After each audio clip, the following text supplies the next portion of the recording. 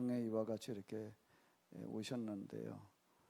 오신 여러분들 모두에게 또 그리고 비록 오지는 못하고 방송으로 예배를 드리시는 분들도 또 여러분들 계시는데 하나님의 크신 은혜가 함께 하셔서 위기를 기회로 다 만들어 가시는 그런 큰 은혜가 있으시기를 바랍니다.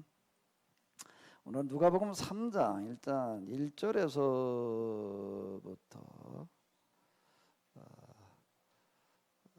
이거 조금 더 읽을까요? 1절에서부터 14절까지를 보시도록 하겠습니다.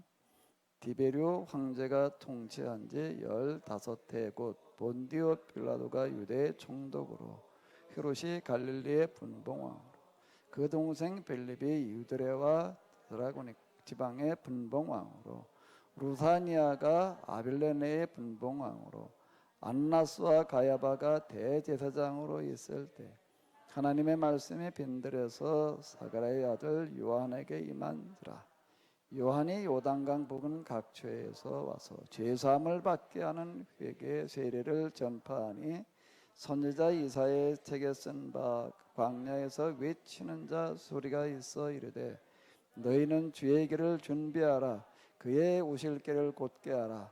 모든 골짜기가 메워지고 모든 산과 작은 산이 온 것이 곧아지고 험한 길이 평탄하여질 것이요 모든 육체가 하나님의 구원하심을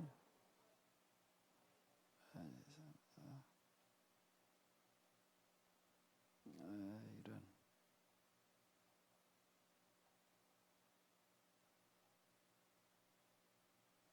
죄송합니다. 뭐가 하나 좀 잘못 건드려졌어요.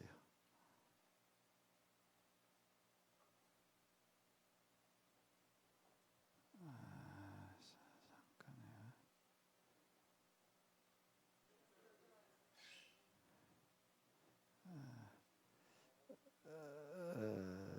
몇 절까지 읽었다고요? 6절까지 읽었어요? 7절부터예요? 네, 7절부터 14절까지를 다시 보시도록 하겠습니다. 요한이 세례받으러 나오는 무리에게 이르되 독사의 자식들아 누가 너희에게 일러 장차 올 진노를 피하라 하더냐. 그러므로 회개에 합당한 열매를 맺고 속으로 아브라함이 우리 조상이라 말하지 말라. 내가 너희에게 이르노니 하나님이 이 돌들로 또 아브라함의 자손이 되게 하시리라. 이미 도끼가 나무 뿌리에 놓였으니 좋은 열매 맺지 아니하는 나무와 찍어서 불에 던지시리. 무리가 물어 이르되 그러면 우리가 무엇을 하리이까? 대답하여 이르되 옷 두 벌 있는 자는 옷 없는 자에게 나눠줄 것이요 먹을 것이 있는 자도 그렇게 할 것이라 하고 세리들도 잼례를 받고자 하여 와서 이르되 선생님의 우리는 무엇을 하리이까 하매 이르되 부과된 것에는 거두지 말라 하고 군인들이 물러 이르되 우리는 무엇을 하리이까 하매 이르되 사람에게서 강탈하지 말며 거짓으로 고발하지 말 밭뜻 급료를 족한 줄로 알라 하니라. 아멘.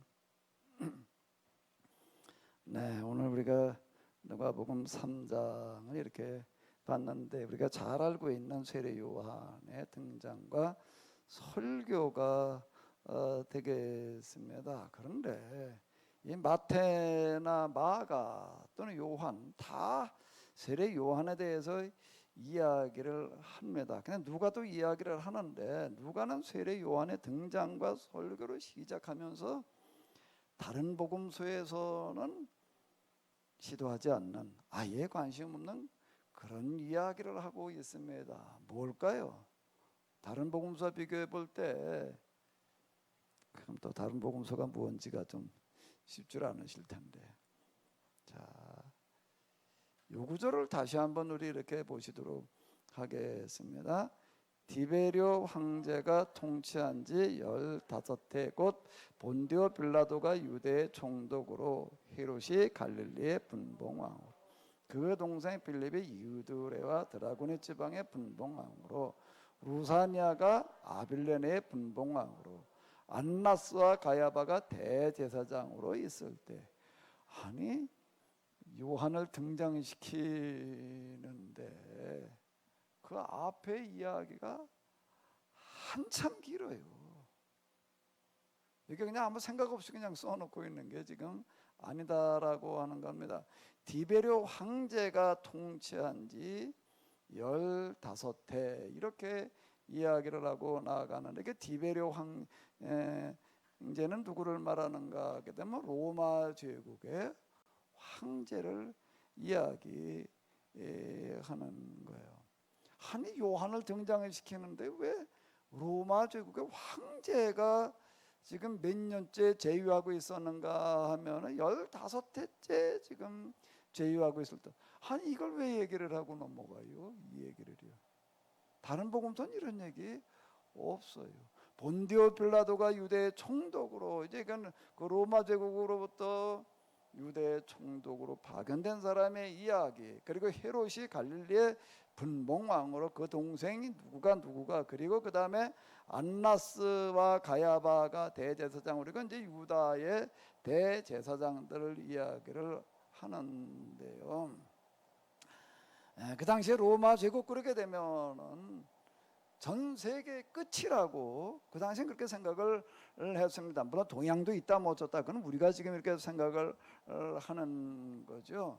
그 당시에 있어서 땅 끝까지 복음을 전하라라는 그런 이야기는 어떤 뜻으로다가 이해가 되고 있는가? 오늘 우리가 생각하는 지구 끝까지라고 이렇게 받아들여지는 게 아니라 로마 제국 모든 곳에라고 하는 그런 뜻을 가지고 있습니다. 그 로마 제국 그럼 그게 다다라고 이렇게 생각하던 때예요. 그러면은 누가라고 하는 사람은 세례 요한을 등장을 시키면서 그냥 세례 요한의 광야에서 외치는 자의 소리가 있어 가로되, 마태는 그렇게 얘기를 하고 있는 거예요. 누가 뭘 어떻게 할 때라고 하는 건 관심이 없고 그냥 광야에서부터 요한이라고 하는 사람이 등장을 해가지고서 이렇게 외쳤다, 그냥 이렇게 시작을 하고 끝나는데, 근데 누가는 어떻게 하고 시작을 하고 있다고요? 아예 누구부터 출발을 하는 거예요? 로마 제국의 디베료 황제 이러고 나가고 있습니다. 그리고 총독은 누구였고 왕은 누구였고 뭐 제사장은 누구였고, 그 왜 이렇게 얘기를 하고 있을까? 왜 이렇게 얘기를 하고 있을까요? 누가는 왜 이렇게 얘기를 하고 있죠? 그건 저 시간에 1장 1절에서 4절까지 우리 이렇게 봤는데, 여기 이렇게 보게 되면은 다시 넘어가서 잠깐 이렇게 보게 되면은 예수님과 관련되어진 그런 일들에 대해서 처음부터 목격자가 된 사람들, 무슨 얘기인가 하면 예수님의 사역 초기 단계부터 예수님을 따라다녔던 사람들, 그리고 목격자, 말씀의 일꾼된 자라고 하는 그의 사도들, 12제자들을 이제 이야기를 하는 건데, 그 사람들이 전해준 내용들이 많이 있다라고 하는 거고, 이미 다 복음서들이 쓰여져 있다라고 이렇게 이야기를 하고 있습니다. 붓을 든 사람들이 많은지라. 근데 그 모든 일의 근원부터 자세히 미루어 살핀 나도 또 하나 써야 되겠다라고 이렇게 생각을 했다라고 하는 거는 제가 우리가 이렇게 앞에서 봤는데요. 도대체 누가는 기존에 지금 예수님을 처음 따라다닌 사람들, 그리고 사도들이 기록해 놓은 이런 것들을 보면서 뭔가 빠진 게 있다라고 생각을 하는 거예요. 그리고 제가 말씀드린 대로 누가는 누구였는가 하게 되면은 이방인이에요. 예수님은 본 적도 없는 사람이고, 예수님의 제자들을 통해서 또 교회를 통해서 이제 예수님을 알게 됐고 믿게 되었던 그런 사람인데, 아니 이 사람이 무슨 자격을 가지고 이걸 쓰겠다고 그럴까? 도대체 뭘 얘기하고 싶었을까? 라고 하는 건데, 자 이런 걸 가지고 이제 다시 일로 넘어와 보도록 하겠습니다. 그리고 이제 이걸 한번 읽어보세요. 누가라고 하는 사람은 이방인이고, 동시에 또 제가 뭐라고 말씀드렸는가 하게 되면은 단순한 이방인이기도 하지만 그 당시 최고의 이제 그 교육을 받은 지성인이었다. 기성인이었다. 사도 바울이 누가를 만나고 났을 때 제일 먼저 나가서 이렇게 얘기를 하면서 놀란 거는 뭔가 하면 누가라고 하는 사람 그냥 단순하게 의사 중에 하나가 아니라 박식함에 놀랐다. 자, 이런 기록이 남아 있습니다. 그 지식에 교육을 많이 받은 이런 부분에 놀랐다. 자, 이렇게 이제 이야기를 하고 있어요. 그런 누가의 눈에 비친 교회,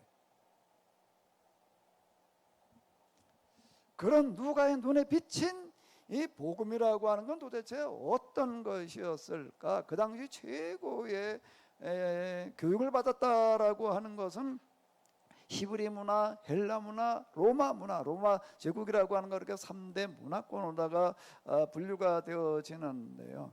그 당시에 최고의 학부를 공부하는 사람들은 각 문화권을 다니면서 다 유학을 하는 사람들이에요. 10대 초반까지는 자기 지역에서 이제 학문을 익히고 그 다음에는 유명한 교육도시를 돌아다니면서 교육도시 또 교사원대 가가지고서 또 10년 이상을 뭐라는가 하게 되면은 유학을 합니다. 한 곳에서만 공부하고 끝나는 게 아니에요. 문화권이 다르기 때문에 이제 여러 문화권의 여러 학문들 다 섭렵을 하는 게 그 당시 최고의 지식을 받은 사람들이다. 이제 이렇게 이야기를 하는 겁니다. 그러니까 이 사람은 로마 제국 내에 있어서 여러 가지 부분에 대해서 의사다 보니까 또 뭐 여러 가지 부분에 있어서 다 두루 이해가 있는 사람이에요. 근데 이 사람이 복음을 접하면서 특히 세례 요한에 관한 이야기를 들으면서 다른 사람도 세례 요한의 이야기를 짧게 이야기하고 넘어갑니다. 광야대 외치는 자의 소리가 있어 가로되, 그리고 이제 간단하게 설교 좀 나오다 끝나는데 누가는 세례 요한에 관한 이야기를 들으면서 이 이야기야말로 정말 중요하다라고 이렇게 발견을 하는 사람이에요. 그 얘기를 어떻게 기록을 해놓고 있죠? 이 이야기는 이제 로마 제국 황제가 몇 년 됐을 때라고 얘기를 하는 건 뭔가 하게 되면 이건 교회 다니는 사람들이나 여기 유대인들한테나 이건 의미가 있는 그런 게 아니라 온 로마 제국에, 즉 바꿔 얘기를 한다면 온 세상에 이건 내놓을 만한 전 인류 역사적으로다가 이거는 아주 중요한 의미를 가진다, 이렇게 생각을 했다라고 하는 거예요. 이 사람은 아마 그만한 지성이 있다가 보니까 이런 게 보였을 것 같아요. 그래가지고 이 이야기는 이건 그냥 요한의 얘기로만 끝나야 될 게 아니라 도대체 이 사람은 어떤 사람이길래 이런 놀라운 일을 했을까라고 해가지고서 거서 올라가다 보니까 누구의 이야기로 시작을 했지요? 그 부모 사가랴와 엘리사벳. 아예 누가복음의 시작을 누구의 이야기로 하고 있는가 하면 사가랴와 엘리사벳의 이야기로 이렇게 시작을 하고 있습니다. 그만큼 중요했다라고 하는 거예요. 그렇게 여기서 얘기하는 건 뭔가 하면 세례 요한의 이 메시지, 그리고 그가 하고 있는 일이라고 하는 거는 전 세계적인 의미가 있다. 인류 역사 이건 정말 놀라운 그런 일이 지금 시작되어지고 있는 거다라고 이렇게 얘기를 하고 있다라고 하는 겁니다. 물론 이걸 제가 지금 얘기한 것처럼 이건 말에 세계사적으로 의미가 있는 게 이렇게 써내려가지는 않아요. 성의 기록 방식이라고 하는 걸 그렇게 기록을 하지는 않고, 그러니까 다 그냥 압축을 해가지고서 암시적인 방식으로다가 이야기를 하는데 그 많은 이야기들을 어떻게 적어놓고 있다고요? 일단 뭐요? 디베료 황제가 통치한 지 15대 이렇게 시작을 하고 나가는. 로마 황제를 왜 갖다가 거기다 끄집어드리겠어요? 그 얘기를 왜 해요? 여기는 뭔가 하면 로마 제국, 그러면 그 당시로는 전 세계를 이야기를 하는 건데 이걸 온 세상에 널리 알려야 될 그런 중요한 의미가 있다라고 이렇게 지금 시작을 하고 있는 겁니다. 우리가 성경 읽어낸다라고 하는 것은 뭘 읽어야 되는가 하면 이걸 읽어야 되는 걸 얘기를 하는 거예요. 그럼 도대체 뭐가 이렇게 중요하다라고 이야기를 하고 있는가? 근데 일단 우리가 예수님께서도 세례 요한을 뭐라고 평가를 하셨지요? 예수님께서 세례 요한을 뭐라고 평가를 하셨나요? 여자가 낳은 자 중에 요한보다 큰 자가, 그 얘기는 이 세상에 태어난 사람들 가운데에서 요한보다 더 위대한 사람이 없다라고 예수님이 이렇게 평가를 하셨어요. 도대체 뭐가 그렇게 위대한 사람인가? 뭐가 그렇게 큰 일을 한 사람인가? 근데 이제 누가는 그거를 이제 다른 측면에서 지금 보고 있는 거예요. 누가야말로 정말로 이 사람은 누구를 중요하다고 보는가 하면 요한이야말로 정말 중요한 사람이다. 도대체 어떻게 해서 그가 이런 놀라운 일을 할 수가 있었을까라고 하는 걸 거슬러 올라가 봤더니 어떻다는 거예요? 그 근원이 누구라는 거예요? 그 사가랴 아버지만 그런 게 아니라 또 누구도 그렇다는 거예요? 어머니. 이게 사가랴와 엘리사벳의 이야기로 시작을 하는 게 절대 이건 우연이 아니에요. 그 누가라는 사람, 누가였기 때문에 이방인이고 최고 시성인이기 때문에 아마 이게 세계적으로 모든 인류에게 어떤 의미가 있는지를 아마 이 사람은 봤을 것 같아요. 이런 부분 때문에 그는 나도 이거 하나 써놔야 되겠다라고 너무 요한을 간단하게 얘기를 하고 넘어가고 그런 부분들. 그냥 누가만이 많이 다루고 있는 내용들이 주로 이제 그런 게 들어 있어요. 누가의 자료에 이렇게 누가복음에 보게 되면 마태나 마가나 요한에 들어 있는 내용들이 많이 있습니다. 그 많은 부분들은 누가에만 나오는 이야기들은 뭔가 하면 누가의 눈에 비친 아주 중요한 이야기들이었다. 이건 절대 빼놓을 수가 없다라고 이렇게 봤다라고 하는 겁니다. 일단 이제 요한이 한 일이 왜 이렇게 중요하냐는 걸 조금 뒤로 놔두고요. 예수님께서 요한을 어떻게 평가를 했다고요? 여자가 낳은 자 중에 요한보다 큰 자가 없다. 그리고 누가도 또 허급이하게 이렇게 보는 거예요. 요한의 이야기는 정말 이건 그렇게 간단하게 이야기하고 넘어갈 일이 아니다라고 해가지고도 그 부모에게 이거 쭉 이렇게 써내려가고 있는 거예요. 이 사람이 등장했을 때도 예수님도 6개월 먼저 태어났으니까 아마 대략 한 30세쯤 되어졌을 텐데 도대체 이 사람이 무슨 일을 했길래 그렇게 큰 평가를 받고 있는가? 누가는 왜 이렇게 이 사람에 대해서 이제 자세하게 이렇게 얘기를 하고 있는가? 이제 이것도 들어가야 되는데 그거 이전에 도대체 이 사람은 어떻게 해서 그렇게 큰 일을 할 수가 있었을까라고 하는 건 누가는 뭐라고 얘기를 하고 있다고요? 누가는 뭐라고 얘기를 하고 있다고? 일단은 누구 때문이라는 거예요. 여기 보게 되면 이렇게 유다 왕 헤롯 때 아비야 반열의 제사장 한 사람이 있으니 이름은 사가랴 그의 아내는 아론의 자손의 이름은 엘리사벳이라. 이 두 사람이 하나님 앞에 의인이 주의 모든 계명과 규례대로 흠이 없이 행하더라. 그래서 그 부모의 역할이 그에게 아주 중요한 일을 했다라고 하는 거고, 그 요한이라고 하는 사람은 탄생 자체가 이미 그 부모는 나이가 많아가지고 태어날 수가 없었는데 그건 하나님께서 특별한 방식으로 태어나게 해가지고서 이제 이런 일을 했다라고 하는 걸 여기서 기록을 해놓고 있습니다. 그리고 세례 요한에게 또 역할을 하는 사람들이 있는데 그건 맨 1장 마지막 구절에 이렇게 보게 되면은 그러니까 아이는 누굴 말하냐면 이제 세례 요한이 어렸을 때를 말하는 건데 한번 읽어보시도록 하겠습니다. 아이가 자라며 심령에 강하여지며 이스라엘에 나타나는 날까지 빈들에 있으니라. 빈들은 광야에 외치는 자의 소리가 있어 가로되는 광야라는 그 설교의 자리를 얘기하는 게 아니라 이 사람은 광야 출신이다.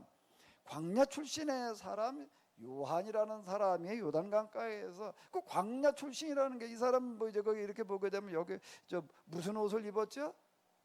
낙타토롯을 입었다. 그리고 또 먹는 게 뭘 먹었다는 거예요? 메뚜기와 석청. 이렇게 얘기를 하니까 누가 그러더라고. 건강식을 먹었대. 건강식 먹었다고 어디 메뚜기고 석청이나 먹고 살아봐요. 그걸 건강식이라고 그랬어요. 이게 무슨 얘기인가 하면 광야라는 게 빈들인데 그건 먹을 게 없는데 농사가 안 되는 지역이에요.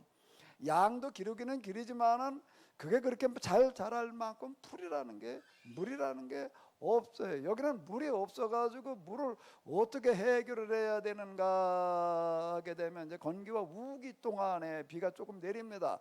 그러면 내릴 때 그걸 어떻게 하는가 하고 이제 빗물이 고여들게끔 이렇게 이제 빗물이 고여들게끔 해가지고 지하에다가 저장고를 만들어 가지고 그걸 가지고 다음 비 올 때까지 살아야 되는 거니까 이게 얼마나 열악하겠어요. 물론 옛날 방식으로 지하에다가 저 가져 저 담아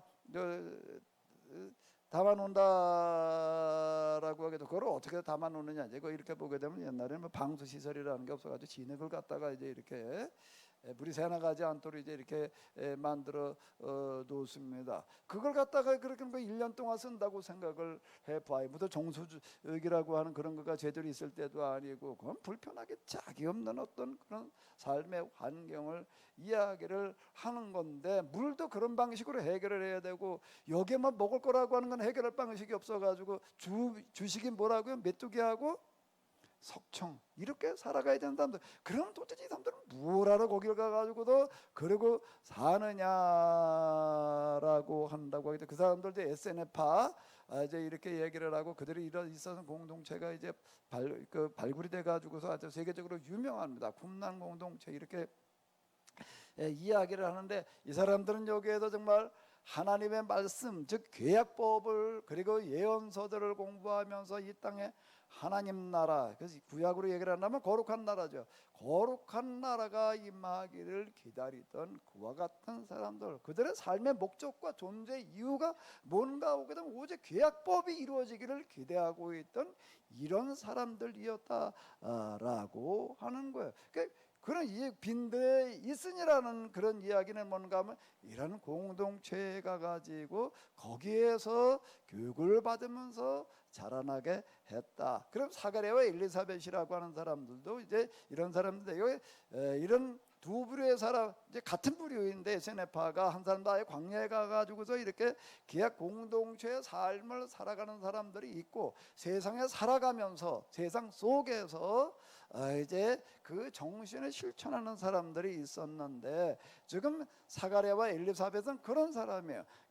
누가복음 앞부분에서 만나고 있는 여기 지금 마리아, 요셉, 또 누군가 하게 되면 시므온, 안나, 그리고 목동도, 이런 사람들은 뭔가 광야 공동체에 들어가 있는 사람들은 아니고 세상의 삶을 살아가는 그런 사람들, 같은 신앙생활을 하는 그런 사람들이었다라고 하는 겁니다.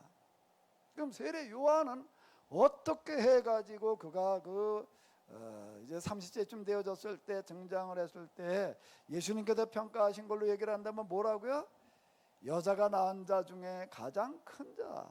또 누가의 눈에 비치기에는, 이 사람이 등장, 이 사람이 하는 그 말 하나하나는 어떤 의미를 가지고 있다? 디베르 황제가 통치한 지 15대, 이거는 정말 온 세상에, 온 인류의, 그리고 인류 역사에 정말 중요한 의미를 가지는 그런 말씀입니다. 이렇게 지금 시작을 하고 있습니다. 이 성경에 보게 되면은요, 또 이제 이와 같이 부모의 역할로 말미암아 그 자녀들이 이렇게 큰 일을 하는 그런 사람들의 이야기가 많이 나오고 있습니다. 여러분들의 자식을 위해서 좀 많이 기도하시기 바랍니다. 아멘. 나 자식이 잘 되는 거를 바라시죠? 안 바라시나요? 근데 기도만 해가지고서는 안 돼요. 뭘 해야 되는 거죠? 말씀을 가지고 열심히 직접 가르쳐야 돼요. 성경의 방식은 뭔가, 그 교회 가가지고 교회가 목사님한테 배워라, 이게 아니라, 성경의 방식은 뭔가 하면 부모가 가르쳐야 된다 라고 하는 겁니다. 그거 이제 그 얘기는 조금 뒤에 가가지고서 이렇게 볼 일인데요, 여기 이렇게 보게 되면은 예수님께서 세례를 받으시고 난 다음에 예수님의 족보가 나옵니다. 여기 이렇게 보게 되면 이 족보를 어떻게 시작을 하는가 하면 이렇게 시작을 해요. 한번 읽어보세요. 예수님께서 가르치심을, 이 가르침, 누가의 특징이라고 하는 건 뭔가 하면 예수님의 가르치심을 굉장히 중요하게 여기는 거예요. 그러니까 누가는 교회에서 뭘 보고 놀라는가 하면 사도들이 가르치는 걸 보고 놀라는 거예요. 이 사람은 로마 제국 내에 있는 모든 학문의 세계에 대해서는 누구보다도 이 사람은 잘 아는 사람인데, 그런데 교회에서 가르치는 것을 보니까 이건 어디서도 찾아볼 수 없는 그런 가르침이었다라고 하는 거예요. 그 가르침이라고 하는 걸 누가 보면 그게 많이 나오고 있습니다. 가르치심을 시작하셨다. 예수님의 사역을 가르치시면 사역으로다가 이렇게 소개를 하고 있어요. 그런데 지금 요셉의 아들이니 요셉의 위는 헬리오, 그 위는 맏다시오. 아니 족보를 써 내려가는데 족보를 쓴다라고 하기도 위해서 내려오는 족보를 써야지. 원 세상 역사에 올라가는 족보를 누가 써요? 족보가 처음 시조 누구서부터 시작을 해가지고 쭉 내려가지. 여기서부터 거꾸로 올라가는 족보를 쓰는 족보라고 하는 거는 없는 거야. 그럼 누가는 왜 이렇게 써내려가고 있을까? 이것도 큰 의문 중에 하나예요. 아니 족보를 어떻게 올라가면서 써요? 그래 내려가면서 써야지. 당연히 마태복음에는 뭐라고 시작을 하고 있죠? 아브라함과 다윗의 자손 예수 그리스도의 시작이라. 그리고 아브라함은 누구를 낳고 이삭을 낳고 이삭은 누구를 낳고 야곱을 낳고 야곱은 또 누구를 낳고요? 유다를 낳고 이러고 내려가는 거야. 근데 아브라함과 이 다윗의 자손으로 이제 여기서는 뭐로 족보로 시작을 하는가 하면 예수님의 뭐요? 가르치심을. 그럼 이건 무슨 족보인가 하게 되면은 마태복음에서는 예수님께서 태어나신 그런, 이걸 조금 구분한다라고 해서 생물학적인 족보, 부모와 자식에 태어나는 그런 관계, 생물학적인 탄생의 그런 족보를 써내려갔다라고 한다라고 하게 되면 누가복음은 무슨 족보를 써내려가, 무슨 족보를 기록해 놓고 있나요? 이건 가르치심의 족보예요. 이건. 가르치심의 족보, 생물학적인 족보를 얘기를 하고 있는 게 아니다라고 하는 겁니다. 그 가르치심은, 예수님의 가르치심은 어디서 왔는가라고 한다면은 요셉, 마리아에게서부터라고 하는 겁니다. 그리고 그 위는 또 누구라는 거예요? 헬리고, 그 위는 맏다시오, 그 위는 레이오, 그 위는 멜기오, 그 위는 안나요, 그 위는 요셉이요. 이렇게 올라가고 있습니다. 이 얘기 자체가 뭘 얘기하고 있는가라고 한다면 이 세상의 계보 가운데 이거는 가르침이라고 하는 게 그 조상들로부터 이렇게 이 가르침을 흘러 내려왔다라고 이렇게 이야기를 해주고 있습니다. 그러니까 부모가 자식들의 신앙을 잘 가지기를 다 바라고 원합니다. 근데 그냥 교회 열심히 다녀라, 뭐 기도해라 이런 얘기는 하지, 정작 이 아이들을 앉혀놓고도 우리가 성경을 가르치는 거를 못하는 거예요. 다 여러분들의 자녀들이 다 훌륭한 사람들이 되기를 바랍니다. 아멘. 어떻게 하면 된다고요? 어떻게 하면 된다고요? 그냥 기도도 물론 많이 해줘야 되겠지만은 뭘 해야 된다는 거예요? 가르쳐야 된다는 거예요. 누가 가르쳐야 된다고요? 부모가 가르쳐야 되는 거예요. 부모가 가르쳐야 되는 거예요. 저희 교회 여기 지금 몇 년 전에 오셔가지고서 지금 이제 성경 가르치는 그런 일들을 지금 하고 계시는 분이죠. 지구촌 교회 거기 장로님 한 분이 이렇게 계시는데, 근데 그 며칠 전에도 장로님 한 주에 몇 팀을 가르칩니까? 그때 6팀이래. 6팀인데 일주일에 6일을 하는 거예요. 매일. 그럼 저희 여기 수요 세미나 이제 와가지고서 한 학기인가 두 학기인가 끝나고 난 다음부터 그거를 하시더라고요. 왜 그분이 그렇게 이걸 하고 있는가 하게 되면, 그분은 그 교회를 이제 늦게 다니지만 지구촌 교회 거기 다니면서 한 20여 년 동안을 뭘 했는가 하게 되면 교회에서 그 교사를 했어요. 교사를 그 교회는 어떻게 하는가 하게 되면 지구촌 교회, 그렇게 되면 우리나라에서 그 교육 시스템 기타 등등에 제일 잘 되어져 있는 교회 중에 하나예요. 교육 시설부터 뭐 기타 등등. 자, 그러니까 교회에서 아이들을 키워내기 위해서 훌륭한 신앙인으로 키우기 위해서 할 수 있는 건 다 하는 교회입니다. 할 수 있는 건 다 하는, 무슨 해외 연수 뭐 어쩌고 저쩌고 뭐는 다 하는 그런 교회인데, 거기는 어떻게 하는가 하면 3학년을 맡아가지고 그 애를 데리고 그다음에 4학년, 5학년, 6학년 졸업하고 그다음에 다시 또 3학년을 맡아가지고 이제 이런 식으로다가 이제 그거를 한 20여 년을 하셨대나. 그렇게 자기가 키워내서 이제 중학교, 고등학교 되는 이제 이따금 교회에서 만나가지고 이제 얘기를 해보게 되면은 신앙이 있는 것도 아니고 성경을 아는 것도 아니고 뭐 아무것도 아니더라. 그냥 부모가 가라 그러니까 그냥 와서 앉아 있는 것뿐이지. 이거를 그렇게 꼭 20년도 하다 보니까 야, 교회에서 애들 이렇게 가르쳐 가지고서는 이게 아무것도 안 된다. 그렇게 졸업해 가지고 나간 애들 가지고 뭐 신앙 있는 것도 아니고 성경하는 것도 이건 아무것도 아니니까 그러니까 도대체 어떻게 해야 되느냐 이제 이걸 가지고 이제 고민을 하다가 어떻게 저희 여기로 와 가지고서 이제 수요 세미나를 듣고 그러면서 이제 이 방법이 바로 이거다. 교회 보내가지고도 교회도 선생님이나 그냥 그렇게 예배나 참석해가지고서 그 애가 신앙생활을 제대로 하기를 바란다는 그건 불가능하더라는 거예요. 그분이 해보니까. 그러니까 여기 와가지고 이렇게 보니까 뭐라고 얘기를 하는가? 부모가 성경을 똑바로 외워가지고 자식한테 가르쳐야 된다. 그게 100번 맞더라는 거예요. 그래가지고 그거 한두 학기 가고 나가지고서 이제 그 교회 학교 그 부모들을 모아다가 이제 그걸 가르치기 시작을 하는 거예요. 부모들한테 가서 이거 설명을 하고 이제 여러분들 성경 똑바로 배워가지고 가서 이게 가르쳐야 됩니다. 집에서 가르쳐야 됩니다. 이렇게 한 학기를 해 보니까는 부모들이 뭐라고 얘기들을 하는가 하게 되면 똑같이 하는 얘기야. 그냥 와서 예배나 참석하고 기도나 좀 하고 이렇게 할 때 하고 성경 이렇게 공부를 해가지고도 가서 애들을 가르치려고 하다가 보니까 어떻게 되는가 마음의 자세부터가 이게 달라지대. 내가 가르쳐야 되니까. 그거를 일단 하다가 보니까 무슨 일이 일어나냐면 일단 내가 달라지더라. 별로 아멘을 안 하시네. 그냥 예배나 뭐 왔다 갔다 그거 가지고는 달라지지 않던 내가 딴 사람도 아니고 내 자식을 가르치니까 이게 달라질 수밖에 없다. 남의 자식을 가르치고 난 다음에 이거 안 봐요. 내 자식을 가르쳐 놓으면 어떻게 되나? 걔하고 이게 늘 붙어 살아야 되니 이게 달라질 수밖에 없더라. 아멘? 이렇게 얘기를 하는 거예요.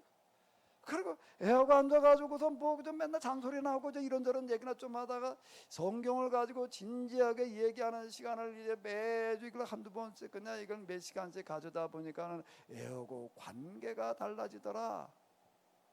관계가 달라지더라. 그러니까 애들이고 이렇게 하다 보면 그다음에 남편까지 와가지고도 뭘 하나 하고 와서 들여다보다가 같이 참석하고 그러다 보니까 가정 분위기가 달라지더라. 아멘을 안 하시네. 그 부모들이 하나같이 이런 얘기들을 하는 거야. 그다음 애가 정말 이게 달라지는 일들이 일어나더라. 그 간증을 시키니까 다 이렇게 얘기를 하는 거예요. 그 교회에도 이제 그 간증을 이제 이렇게 시켰어요. 이걸 해보니까 말해 뭐 이러다. 그거 교회 학교에서 이제 너도 나도 이래가지고 이제 거기 교회 학교가 거기 저 중고 고등학교까지 얘기를 하게 되면은 초등학교만 뭐 몇천 명이라던가 애들 그걸 엄청 그게 우리나라 제일 큰 그런 저 교회 중에 하나예요. 그냥 그 부목사님하고 그 교사 제가 한번 데리고 왔더라고요. 저하고 이제 이렇게 한번 만나가지고 이제 얘기도 이렇게 했어요. 그냥 교회 학교 자체를 좀 이렇게 한번 운영을 해보자. 그래가지고 이제 계획을 세워가지고 이렇게 목사님한테 결제를 올렸더니 목사님은 그까지 한참 고심을 하다가 교회 차원에서 이걸 해보자 말이야. 다 그냥 그렇게 하자고들 이제 그러는데. 근데 목사님이 이거에 대해 이해가 없고 그러다 보니까 이걸 교회 차원에서 하기는 어렵고 그냥 장년 하는 수준에서만 그래 하십시오 이래가지고 그냥 그리고 조금 그 정도로 다 이렇게 하고 있는데요. 그러니까 학부모들을 대상으로 그렇게 하다가 지금 이 사람 저 사람 해가지고서 지금 6팀 그 몇십 명이에요 지금요.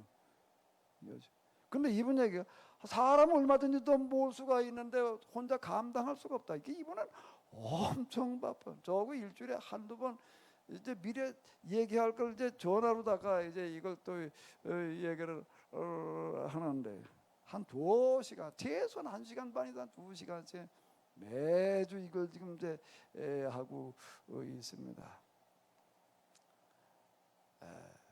여기 이 성경이라고 하는 거 우리가 어떻게 해야 되는 건가? 신앙이라는 거 우리가 어떻게 우리가 다음 세대에 전달할 것인가라고 하는 거가요. 그냥 교회 가라 예배나 참석해라 이거 가지고서는 안 되는 거예요. 그리고 교회를 위해서 뭐 기도 좀 보고 어줍지 않은 기도나 좀 해주겠다고 해가 될 노릇도 아니고 여러분들의 가족들의 가정에서 아이들과 여러분들이 직접 여러분들이 가르쳐야 될 줄로 믿습니다. 그거보다 더 효과적인 건 없는 거예요. 그거보다 더 효과적인 거는 그 얘기가 지금 이게 지금 그 얘기를 하고 있는 거라고요. 예수님께서 가르치심을 시작하실 때 나이가 30세쯤 되시리라. 사람이 아는 대로 요셉의 아들인 요셉의 위는 헬리오, 위는 그 위는 가르침의 계보를 말하는 겁니다. 우리 그동안 신앙생활을 완전 잘못했어요. 가장 기본적인 데서부터 우리는 실패를 한 거예요. 뭐 저 자신도 마찬가지고 우리 애들 데리고 맨날 저녁마다 뭐 가정 예배 뭐 이거나 예배나 하려고 그러다 말았지. 이걸 성경을 똑바로 가르쳐 주는 거를 뭘 모르는 거예요. 그냥 믿기나 하면 된다고 그러는 바람에 그냥 예수님 믿게나 하려고 그랬지. 네, 지금 누가는 이렇게 써내려가고 있습니다. 세례 요한의 이 설교와 이 가르침이라고 하는 것은 온 세상에 의미가 있는 거다. 아멘, 아멘. 그게 이렇게 다 집안 부모들의 교육을 통해서 내려오는 거다라고 이렇게 얘기를 하고 있습니다. 교회나 가라 가지고 되는 게 아니에요. 여러분들 성경 똑바로 가지고 공부를 할 수밖에 없어요. 왜 제가 지금 이런 식으로 목회를 하고 있는가? 이게 아니면 기존의 게 설교 예배라고 하는 거 완전히 뜯어 고쳐야 되는 거예요. 이따 그럼 전에 어떤 분이 이제 여기 예배 시간에 와서 앉아 계시더라고요. 이렇게 또 보니까는 일반 성도님 같지는 않고 목사님 같아. 그러니까 어떻게 오늘 뭔 일 때문에 오셨나 보다. 끝나고 난 다음에 축도하고 보니까 없어지셨어. 먼저 가셨더라고요. 누가 봤다는지 난 잘 몰랐지. 그런데 어떤 분이 전화를 해주더라고요. 자기가 키네시스에 대해서 어떤 목사님한테 그러니까 열심히 설명을 했더니 그 목사님이 도대체 어떤 데인가 하고 한번 갔다 왔다고 그러더래. 그분이더라. 그분이 이제 그때 평생 목회한 분이고 이제 근데 어디 주일날 그래도 이제 어떻게 시간을 내 가지고서 이걸 이렇게 도대체 뭘 얘기를 하길래 그러나 하고 아마 이제 왔었는데 끝나자마자 나하고 인사도 없이 가버렸다는 건 뭔 얘기예요? 얘기들은 뭐라 그래? 와보니까 전혀 아니다. 그거 뭐라고 하다 얘기를 하고 그분 아직 목회가 뭔지도 모르고 설교도 뭔지도 모르는 사람이더라. 왔다가 그렇게 평가를 하더라. 제가 지금 설교라고 하는 거 예배라는 거 완전히 뒤집어 놓은 거예요. 기존의 방식하고. 그분들이 와서 이렇게 볼 때 이걸 예배라고 이걸 설교라고 이렇게 느껴지기가 굉장히 어렵습니다. 뭐예요? 이거 완전 교육이에요. 교육 가르침. 중세기가 망한 거는 그냥 미사나들이다가 망한 거고. 루터는 어디로 바꿔놨는가 하면 그걸 이제 말씀의 예배로 바꿔놓는 데까지는 갔는데 그 말씀의 예배가 설교, 미사 대신 설교로 가는 데까지만 가고 마른 거예요. 이제 더 가야 돼요. 더 가서 성경을 똑바로 배워가지고 가정에서 자식들에게 똑바로 가르치는 그런 데까지 가야 될 줄로 믿습니다. 근데 그 얘기를 지금 써놓고 있는 거예요. 그 얘기를 이 요한과 비슷한 사람이 또 구약 성경에 가면 하나 있는데 누가 있을까요? 구약 성경에 세례 요한과 비슷한 사람이 누굴까요?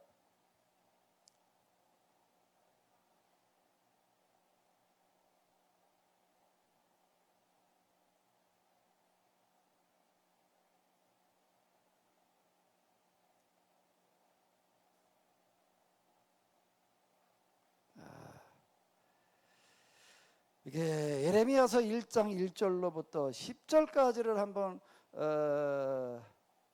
보시도록 하겠습니다. 베냐민 땅 아나돗의 제사장들 중 hil기야의 아들 예레미야의 말이라. 아몬의 아들 유다 왕 요시아가 다스린 지 30년에 여호와의 말씀이 예레미야에게 임하여 요시아의 아들 유다의 왕 여호와김 시대부터 요시아의 아들 유다 왕 히데기야 11년 말까지 곧 5월에 예루살렘에 사로잡혀 가기까지 임하니라. 여호와의 말씀이 내게 임하니라 이르시되 내가 너를 모태에 짓기 전에 너를 알았고 네가 배에서 나오기 전에 너를 성별하였고 너를 여러 나라의 선지자로 세웠노라 하시기로. 내가 이르되 슬프도소이다 주 여호와의 보소서 나는 아이라 말할 줄을 알지 못하나이다 하니 여호와께서 내게 이르시되 너는 아이라 말하지 말고 내가 너를 누구에게 보내든지 너는 가며 내가 내게 무슨 명령하든지 너는 말할지니라. 너는 그들을 때문에 두려워하지 말라. 내가 너를 함께하여 나 여호와의 말이니라 하시고 여호와께서 그의 손을 내밀어 입에 대시며 이르시되 여호와께서 내게 이르시되 보라 내가 내 말을 내 입에 두었노라. 보라 내가 오늘 너를 여러 나라와 여러 왕국 위에 세워 내가 그것들을 뽑고 파괴하며 파멸하고 넘어뜨리고 간섭하고 힘게 하였느니라 하시니라. 자, 예레미야서를 이렇게 보게 되면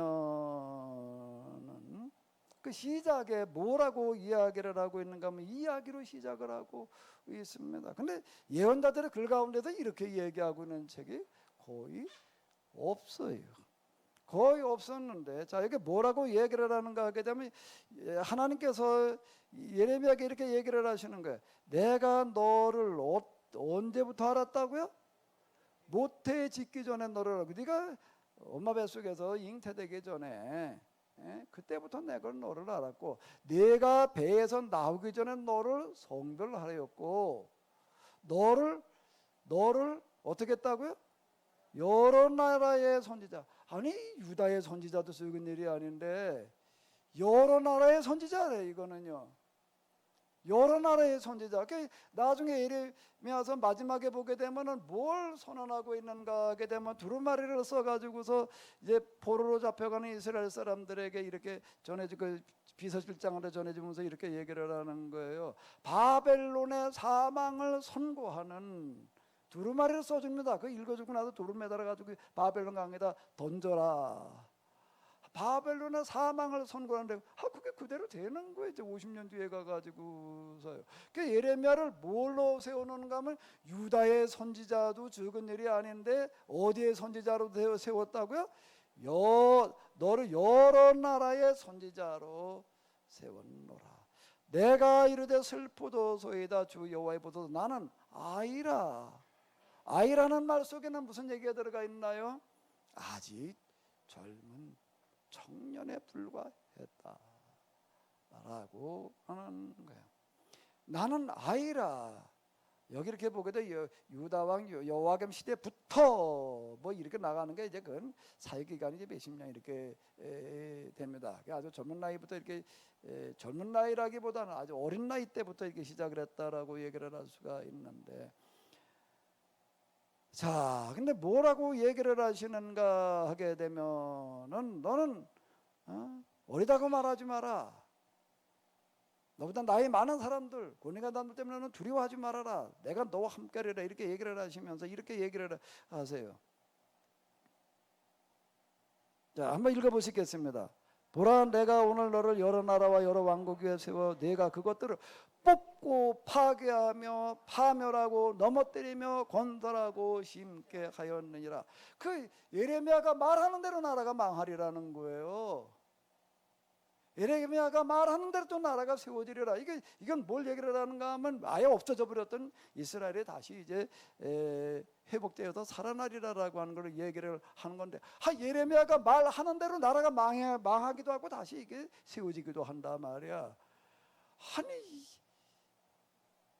이게 도대체 무슨 얘기인가? 근데 사실 그렇게 돼 가요. 그 뒤에 이제 그 주변 나라들의 역사 이렇게 보게 되면 실제 그렇게 돼 갔습니다. 돼 가는데 이게 어떻게 더 가능했을까요?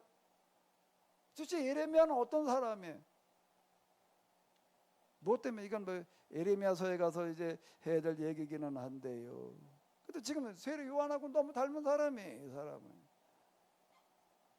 어느 면도 닮았다라고 하는가 하면 그 영향력이나 기타 등등 뭐 이런 게도 그런데 제가 얘기하는 닮았다라고 하는 거는 뭐를 닮았다라고 이야기를 하는 걸 것 같아요. 뭐가 세례 요한과 닮았다? 뭘 얘기하다가 내가 지금 여기 얘기를 하고 있는 거죠? 세례 요한이라는 사람이 도대체 그 젊은 나이에 어떻게 그 놀라운 일을 할 수가 있었겠느냐라고 하는 거가, 그건 세례 요한 때부터 시작되어지는 게 아니라 누구 덕분이라고요? 부모 덕분이라는 거예요. 또 누구 덕분이라는 거예요?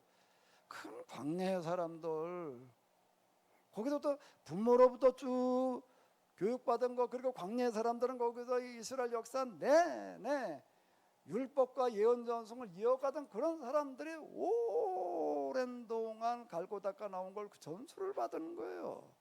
그래가지고 세례 요한이 하는 일이 그게 여자가 낳은 자 중에 가장 큰 일을 하는 거지.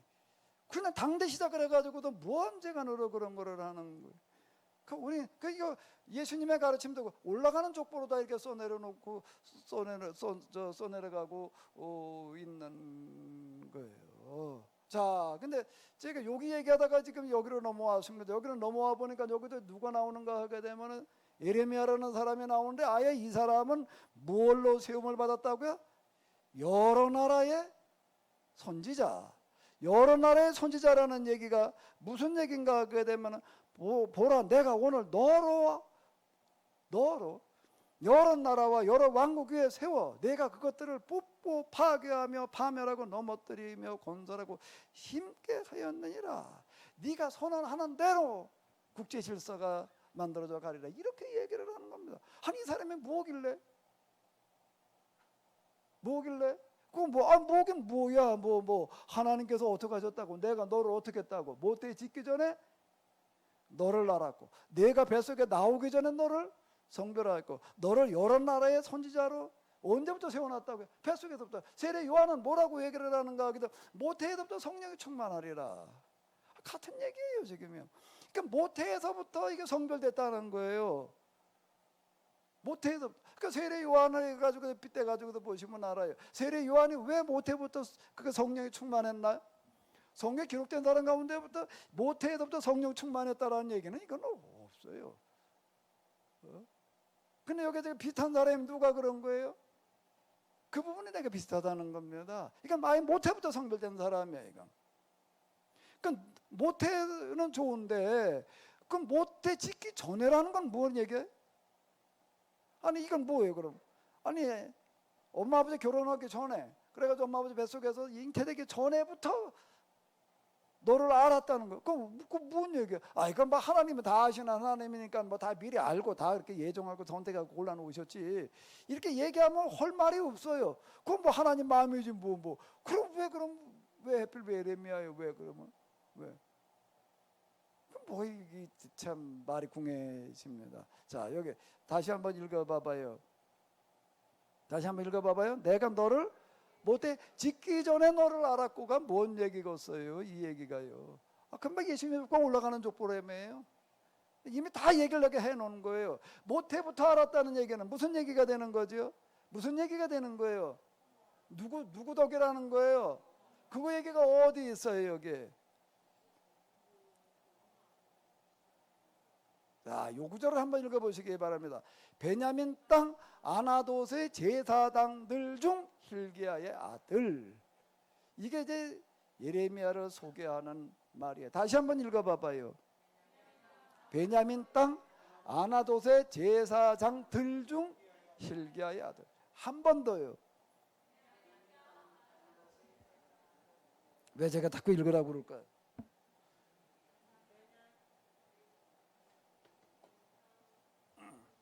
아주 외워요. 오늘 요절이에요. 이거 드시는 분만, 외우신 분만 이따 밥 드려. 저기 오늘 무슨 어느 속에다 밥 주는 거예요. 오늘 무슨 속이죠? 금포서? 우리 김사랑 권사님, 나인현 집사님, 아무나 그냥 덮어놓고 밥 주지 말고 외운 사람만 줘요? 예? 확인하고 줘요? 자, 다시 한번 읽어봐봐요. 베냐민 땅 아나돗의 제사장들 중 hil기야의 아들. 뭘 얘기하는 걸까요? 이게 왜 그렇게 중요한 이야기인가라고 한다면은 여기 아나돗의 제사장이라고 이렇게 얘기를 하고 있습니다. 그 아나돗의 제사장이라는 게 뭐냐? 아나돗이 아나돗 이게 뭐 아나돗이 도대체 뭐 어떻다는 거야? 아나돗이라는 데가 어떤 데인가 하게 되면은 다윗 솔로몬 시대에 이스라엘의 신앙에 큰 변절이 일어나요. 큰 변절이 일어나도 개약 신앙에서 어디로 돌아가 버리고 마는 그냥 제사 그리고 성전 신앙으로다가 이렇게 뒤바뀌어 버리는 그런 일들이 이제 일어나는 거예요. 그러니까 뭐가 되면 정치를 갖다가 제사장들을 갖다가 왕 밑에다가 두는 그런 하나의 그냥 신하로 만들어 놓는 게 월급쟁이로 다 전락을 시켜 놓는 겁니다. 그러니까 사울과 사무엘의 관계에서 이렇게 보듯이 제사장들은 왕 위에서 왕을 통제하는 역할을 하게 되어져. 그러니까 뒤바꿔 놓는 걸 얘기를 하는 겁니다. 이제 그 왕의 신하로 갖다가 만들어 놓고 월급을 줘 버리는 거예요. 그리고 이제 왕이 시키는 대로 하라. 그런데 이걸 다 이제 계약 신앙한테 뒤집어 엎는 작업을 하는 사람이 누군가 하게 되면은 다윗. 그리고 이제 그게 아주 완결되어진 게 솔로몬.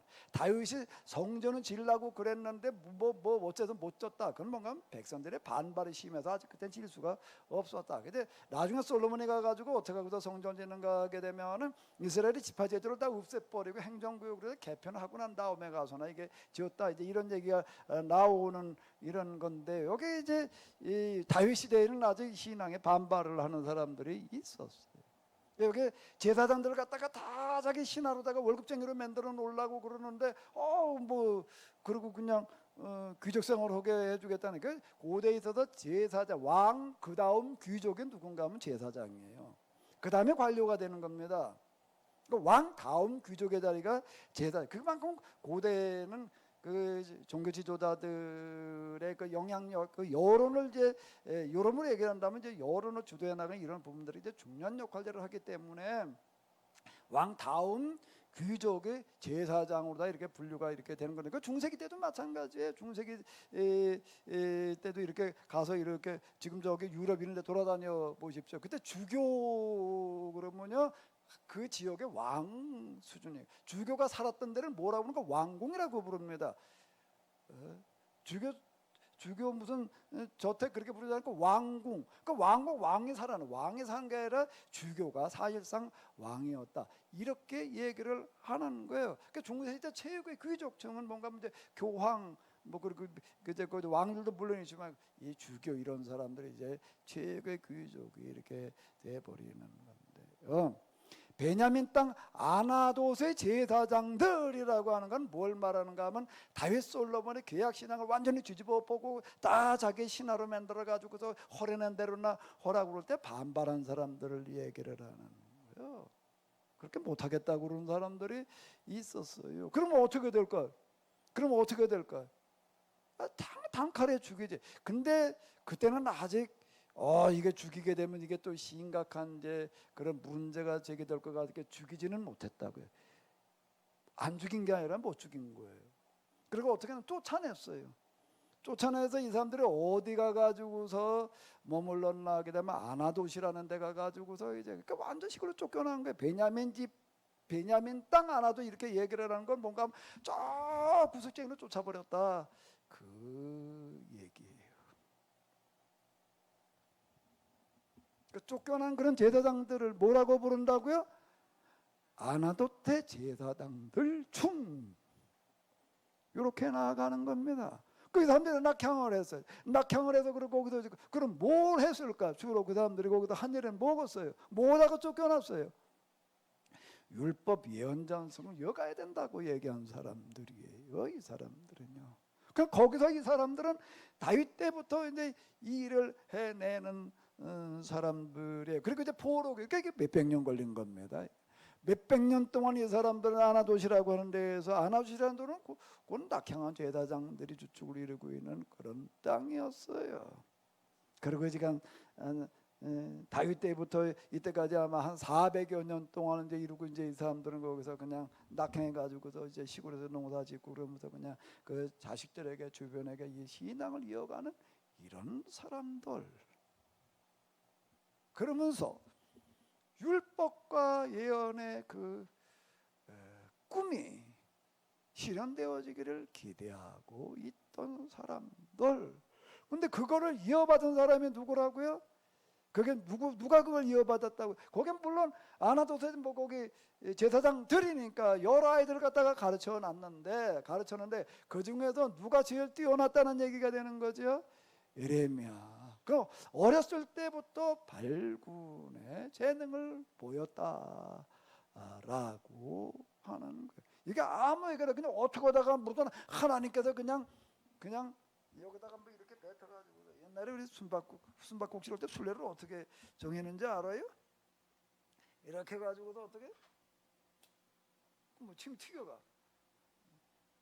그래가지고 침친애한테 네가 술래해. 그때 이게 차 들어가야 되는데 어디로 가야 될지 모르겠어. 그러니까 또 어떻게 하나 하면 또 내가 탁 튀겨가지고 뭐 하나님께서 그런 식으로 사람을 선택을 하시네? 그 말이 안 되죠. 말이 안 돼. 하나님의 예정이라고 하는 어떤 이런 건 그냥 하나님께서 그냥 알아서 그냥 마음대로 선택하신다는 이야기가 아니라 그렇게 될 만한 사람을 불러다 쓰신다. 아멘. 그 사람이 누구였는가 하게 되면 누구예요? 예레미야예요. 그 사람이 예레미야예요. 그 예레미야가 이제 너는 아이라고 그러지 마라. 너 나이는 너는 지금 나이가 어릴지 모르지만 네 뒤에는 어떻다는 거예요? 거기 지금 400년 동안 너를 위해서 기도한 기도가 있다. 400년 동안 이어내려온 전승의 뿌리가 있다. 그 얘기예요. 그 얘기. 너 아이라고 그러지 마라. 내가 너를 못돼 짓기 전에 너를 알았다는 얘기는 뭔 얘기가 되는 거겠어요? 너가 태어나기 이전에 다윗에게 항거해가지고도 쫓겨나가지고서 지금 저 시골 구석에 와가지고서 베냐민 땅 하나도 그냥 부적쟁이에 와가지고서 거기서 정말 별별 없이 살아가고 있는 것 같았지만 그곳에서 너희 조상들이 율법과 예언전승을 갈고 닦으며 그걸 자식들에게 가르치며 이어져 내려오던 걸 내가 알고 있다. 아멘. 그 얘기를 뭐라고 그런다고요? 내가 너를 못돼 짓기 전에 너를 알았고 이렇게 내가 배에서 나오기 전에 너를 성별하였고 내 배에 나오기 전에 너를 성별했다라고 하는 건 뭔가 하게 되면 내가 지금 이렇게 태어나서 이런 메시지를 가지고 이렇게 말하게 되는 것은 그건 네가 뭘 어떻게 가지고 가라. 너의 할아버지 아버지 너의 조상들이 내려오던 그거가 너에게 이제 너를 통해서 그게 실현되어지게 하리라. 그 부모들이 어떻게 기도를 했는가? 아주 크게 기도를 했어요. 이스라엘 유다만이 아니라 온 세상에 이 하나님의 뜻이 하나님 나라가 실현되어지기를 기도하던 그와 같은 사람들 너를 여러 나라의 선지자로 세웠노라라는 그런 말씀은 아니 뭘 어떻게 또 여러 나라의 선지자로 세웠는가 그런 말씀을 가지고 그렇게 조상들이 그걸 이어왔고 그 어린 자식들이 그렇게 가르쳤다는 겁니다. 이 말씀은 세상 모든 나라에 다 적용되어질 그런 말씀입니다. 누가는 세례 요한을 얘기를 하면서 로마 제국의 황제 디베리오가 제위 15년 되었을 때 이르고 나가는 거예요. 이 말씀은 이건 온 세상에 전파되어야 될 말씀이다. 이렇게 얘기를 하고 있습니다. 보라 내가 오늘 너를 여러 나라와 여러 왕국 위에 세워 내가 그것을 뽑고 파괴하며 파멸하고 넘어뜨리고 건설하며 그 심게 하였느니라. 이런 이 큰 말씀은 예레미야가 무슨 물론 특별하게 특별했겠지요. 그러나 그 하나만의 공이 아니라 그 뒤에 400년 뿌리가 있다라고 하는 겁니다. 이게 쌓이고 쌓여가지고서 이게 오늘날 되어지는 거예요. 세례 요한의 이야기를 누가는 어떻게 써내려가고 있는가 하면 요한 때문이 아니라 요한 뒤에 광야의 사람들이 있었고 그 부모가 있었고 그 위에 쭉 오히려 그 위로는 이렇게 얘기를 해 나가고 있으면 이게 쌓이고 쌓이는 거예요. 쌓여가지고서 여기에서 누가 등장을 하는가 하게 되면 세례 요한의 등장을 하고 예수님의 등장을 하고 그리고 여기 구약으로 넘어가게 되면 누가 나오는 거죠? 예레미야를 비롯한 선지자들이 나오는 겁니다. 선지자들은 개인이 등장하는 사람들이 아니에요. 개인에도 출발하는 사람들이 아니라 그 이전에 긴 뿌리를 가지고 있었다라고 하는 겁니다. 때가 찼고 때가 찼다라는 그런 말씀은 뭔 뜻이라고요? 쭉 내려오면서 여기 쌓이고 쌓이고 쌓이고 쌓인 이것이 이제 어떻게 됐다는 거예요? 이제 포화 상태에 이르렀다라고 하는 거예요. 그러니까 오늘 우리 모두에게 하시는 말씀인 줄로 믿습니다. 나는 뭘 얼마나 쌓아놨는가, 뭘 어떻게 쌓고 있는가. 우리가 하고 있는 그런 일들은 절대 그냥 헛되지 않습니다.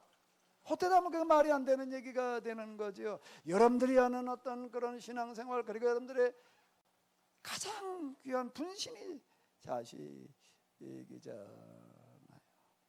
여러분들이 그 애쓰고 노력하는 그런 것들을 하나님께서는 절대 헛되지 않게 하시고, 누구 딴 사람이 아니라 여러분들의 자식에게로 이어주기를 원하시는 줄로 믿습니다.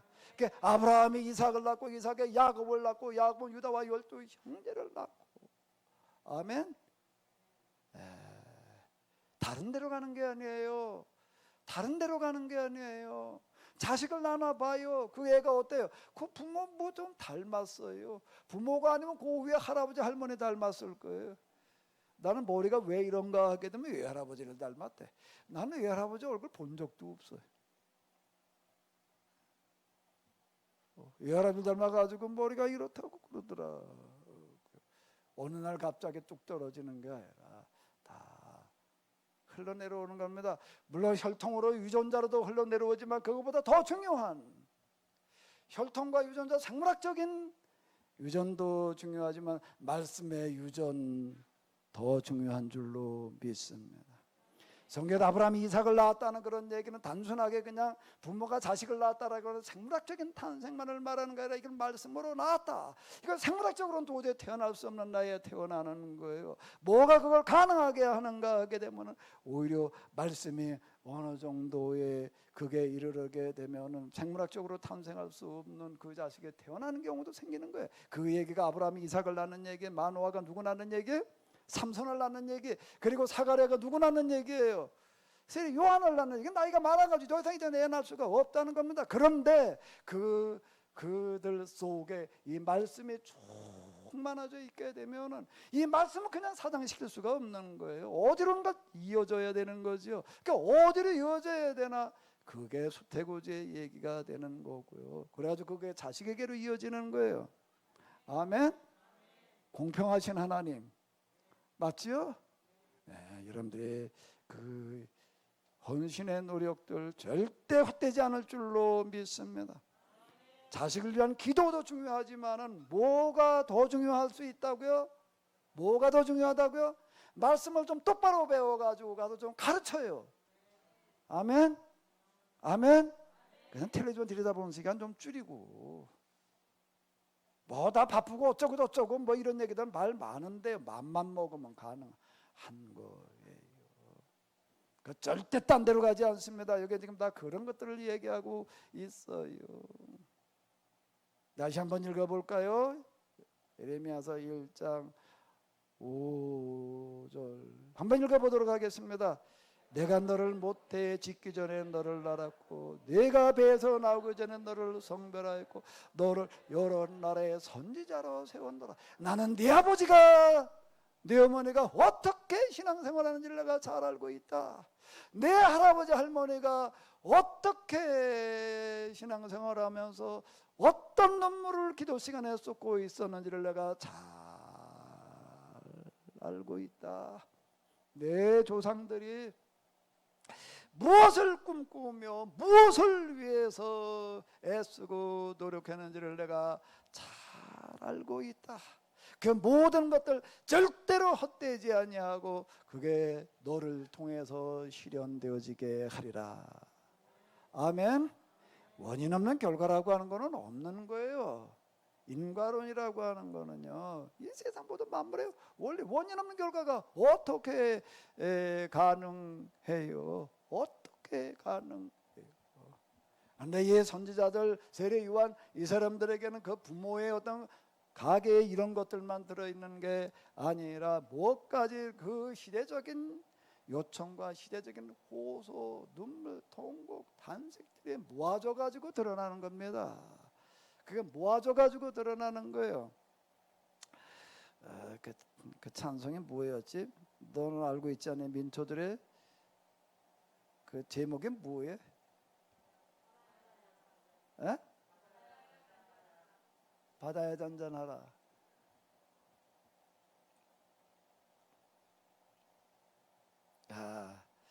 너희도 알았잖니? 알았으리. 누구를 향해서? 바다, 광야, 태양, 풍랑, 태산, 달을 향해서 제게 만들어 놓은 얘기가 이겁니다. 너희도 알지 않냐? 간절한 나의 마음뿐만 아니라 민초들의 탄식, 한숨, 역사 속에 피맺힌 한, 이런 것들이 모아져 가지고 뭐가